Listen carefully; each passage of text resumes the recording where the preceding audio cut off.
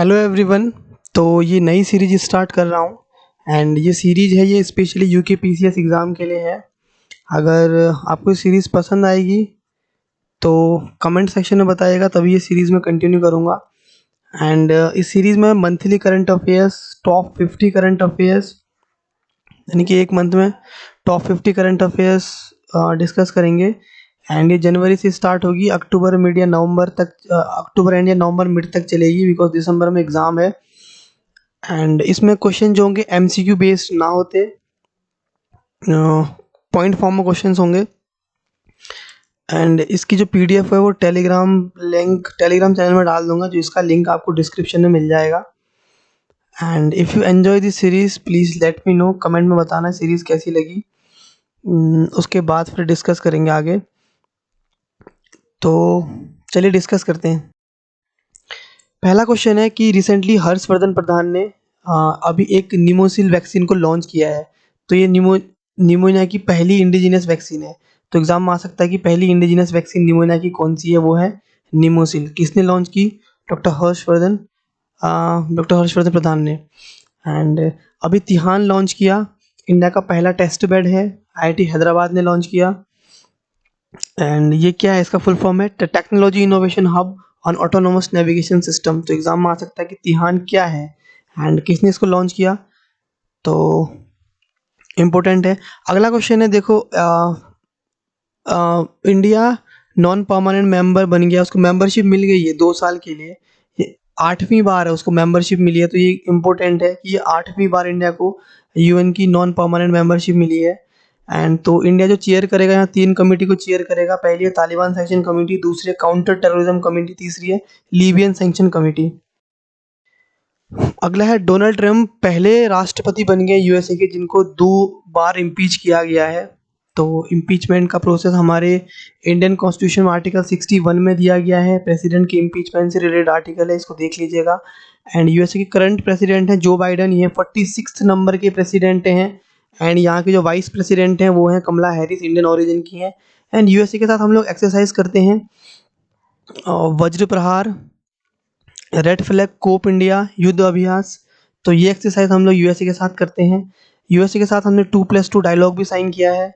ये एक military to military dialogue है, यानी कि इसमें डिफेंस मिनिस्टर्स प्लस जो मिलिट्री के जो टॉप ऑफिशियल्स हैं वो मिलते हैं, दूसरी कंट्री के डिफेंस मिनिस्टर एंड जो मिलिट्री के टॉप लीडर्स हैं उनसे। तो एंड देखो अगला क्वेश्चन है, डब्ल्यूटीओ न्यूज़ में था, तो ये कब बना? ये बना 1955 में। इसका काम है तो regulate international trade between countries, यानी कि जो कंट्रीज़ हैं उनमें जो इंटरनेशनल ट्रेड होता है उसको रेगुलेट करता है डब्ल्यूटीओ।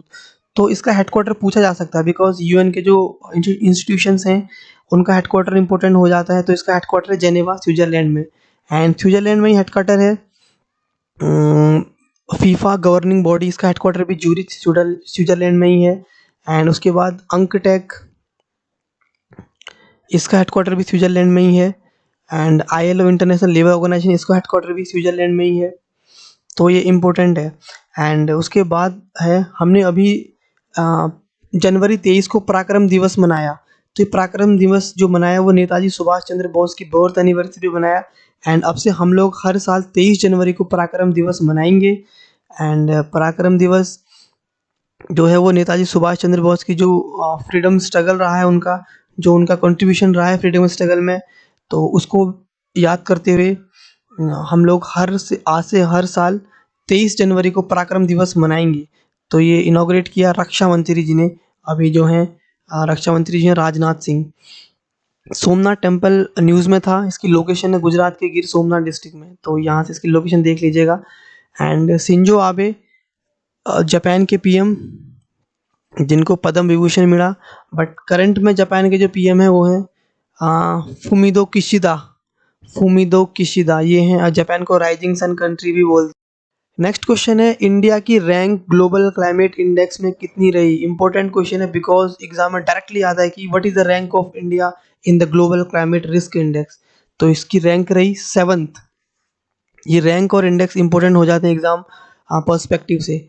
अभी देखो, जब रिपब्लिक डे की जो परेड हुई 2021 में, उसमें जो पहला प्राइज़ मिला वो मिला यूपी को। यूपी के जो टेबलू था उसमें जो राम टेम्पल का टेबलू था उसको पहला प्राइज़ मिला। दूसरा प्राइज़ मिला त्रिपुरा के टेबलू को। जो तीसरा प्राइज़ मिला, ये इंपॉर्टेंट है, ये उत्तराखंड को मिला। And Uttarakhand tableau on the theme, जो थीम थी इसको मिला, Devbhoomi the land of the gods. इस थीम पर जो उत्तराखंड के टेबलू था उसको मिला ये प्राइज़। तो इसकी थीम भी याद रखिएगा, देवभूमि द लैंड ऑफ गॉड्स। ये थर्ड प्राइज़ मिला इसको। ये इंपॉर्टेंट हो जाता बिकॉज उत्तराखंड का एग्जाम है तो this question might come. And देखो इकोनॉमिक सर्वे की बात करेंगे, 2020-21 की इकोनॉमिक सर्वे की बात करेंगे। इसको बनाता कौन है? इकोनॉमिक सर्वे को बनाता है economic division of the department of economic affairs, ये बनाती है इसको।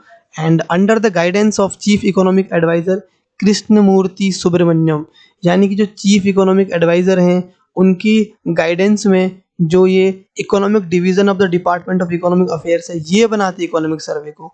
एंड जो इस बार का इकोनॉमिक सर्वे था उसकी जो थीम थी वो थी saving lifes and livelihood and V shaped recovery.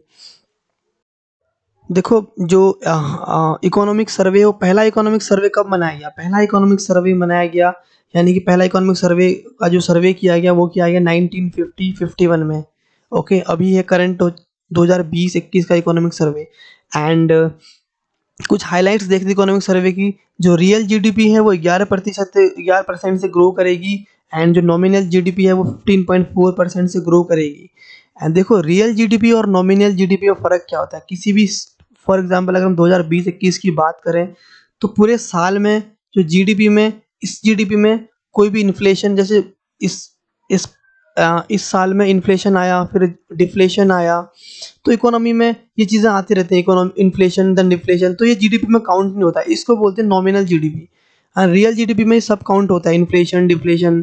तो ये डिफरेंस है रियल और नॉमिनल जीडीपी में, ये बेसिक डिफरेंस है। एंड उसके बाद कुछ हाइलाइट्स में देखते हैं। जो कंट्री की जो ओवरऑल जीडीपी है वो 7.7% से डिक्रीज करेगी। एंड सेकेंड हाफ में 15.7% से डिक्रीज करेगी। एंड सॉरी, फर्स्ट हाफ में इतने से डिक्रीज करेगी 15.7 से, सेकेंड हाफ में करेगी 0.1। अगला इसी में पॉइंट है, जो एक्सपोर्ट है वो 5.8% से, इंपोर्ट है 11.3% से, सेकेंड हाफ में डिक्रीज करेंगे। एंड जो इंडिया का करंट अकाउंट सरप्लस है वो भी अभी एक्सपेक्टेड 2%। अब देखो ये भी अभी न्यूज़ में रहा है, ये है रियल टाइम ग्रॉस सेटलमेंट यानी आरटीजीएस। अभी आरटीजीएस और नेफ्ट ये सिस्टम है क्या? ये एक लीगल एंटिटी आइडेंटिफायर हैं।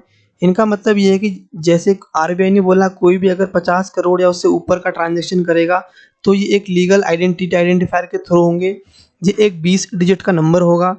एंड तो इसलिए इसका फुल फॉर्म मेन है, ये है रियल टाइम ग्रॉस सेटलमेंट, ये है आरटीजीएस।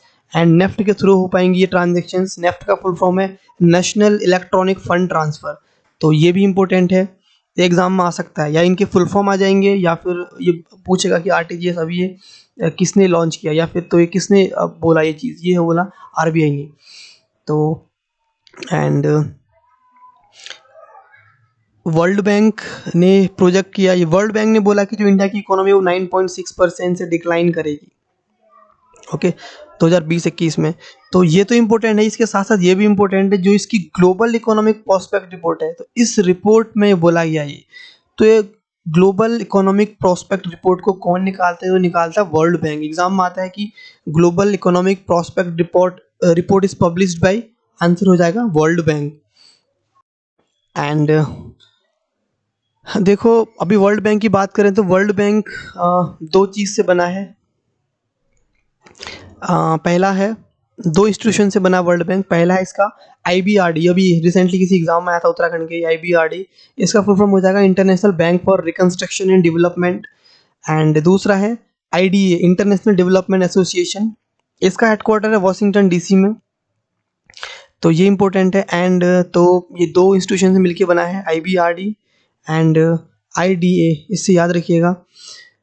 अगला क्वेश्चन है, एशियन डेवलपमेंट बैंक न्यूज़ में था, तो ये बना था 19 दिसंबर 1966, यानी कि 19 दिसंबर 1966 को बना था। इसका हेडक्वार्टर फिलीपाइंस में, फिलीपाइंस मनीला। एंड इसके जो प्रेसिडेंट हुए हैं मसात्सुगु आसाकावा, यानी कि एशियन डेवलपमेंट बैंक अक्सर न्यूज़ में रहता है बिकॉज ये लोन प्रोवाइड करता है एशियन कंट्रीज़ को।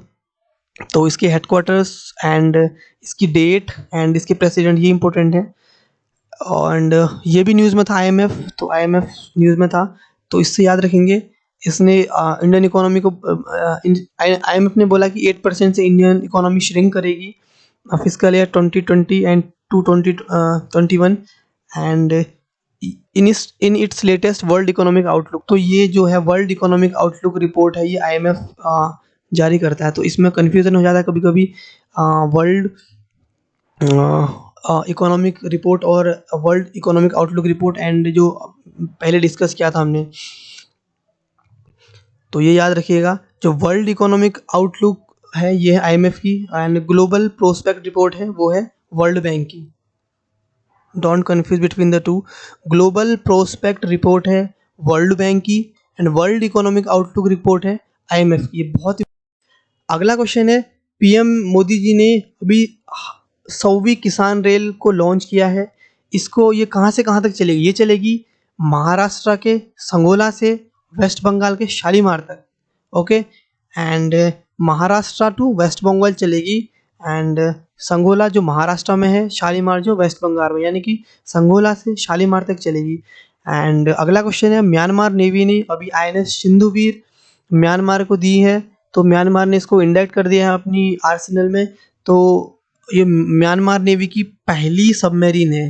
तो एग्जाम में आ सकता है कि आईएनएस सिंधुवीर जो म्यांमार को कौन सी इंडियन नेवी ने अभी सबमरीन दी है? तो आंसर हो जाएगा आईएनएस सिंधुवीर। पाकिस्तान नेवी ने अभी अपना indigenously guided multi rocket launch system launch किया है, तो इसका नेम है फतेह 1। ईस्टर्न डेडिकेटेड फ्रीट कॉरिडोर को पीएम मोदी ने अभी इनोग्रेट किया है, तो ये बनेगा न्यू भावपुर से न्यू खुर्जा तक, न्यू भावपुर टू न्यू। अगला क्वेश्चन है, देखो पोर्टल और स्कीम्स बहुत इंपॉर्टेंट हो जाती हैं। अभी सक्षम पोर्टल लॉन्च किया है ministry of petroleum and natural gas के मिनिस्टर ने। तो इसका काम है to spread awareness about green and clean energy को अवेयर करने के लिए ये पोर्टल लॉन्च किया है। तो याद रखिएगा सक्षम पोर्टल। रमेश पोखरियाल निशंक हमारे यूनियन एजुकेशन मिनिस्टर हैं, इन्होंने स्मृति जुबिन ईरानी टेक्सटाइल मिनिस्टर के साथ मिलके टाइकाथॉन एंड टाइकाथॉन पोर्टल लॉन्च किया है, तो इसको ऑर्गेनाइज किया है। तो ये किस लिए ऑर्गेनाइज किया है? ये ऑर्गेनाइज किया गया toy manufacturing hub, because to develop India as a global top toy, ताकि इंडिया एक ग्लोबल मैन्युफैक्चरिंग हब के रूप में डेवलप हो जाए, तो इसलिए ये लॉन्च किया है। तो याद रखिएगा टॉयकाथॉन एंड टॉयकाथॉन पोर्टल ही इसलिए लॉन्च किया गया है। स्टैच्यू ऑफ यूनिटी न्यूज़ में था, केवड़िया गुजरात में 182 मीटर इसकी लेंथ है, इंपॉर्टेंट आ सकता है। इसके शिल्पकार इसको बनाया है राम वी सुतर ने, राम वी सुतर। नरेंद्र मोदी जी ने 306 किलोमीटर लंबा रेवाड़ी से मदार सेक्शन तक वेस्टर्न डेडिकेट फ्रीट कॉरिडोर को लॉन्च किया है, तो ये है न्यू रेवाड़ी से न्यू मदार तक, न्यू रेवाड़ी से न्यू मदार तक वेस्टर्न डेडिकेट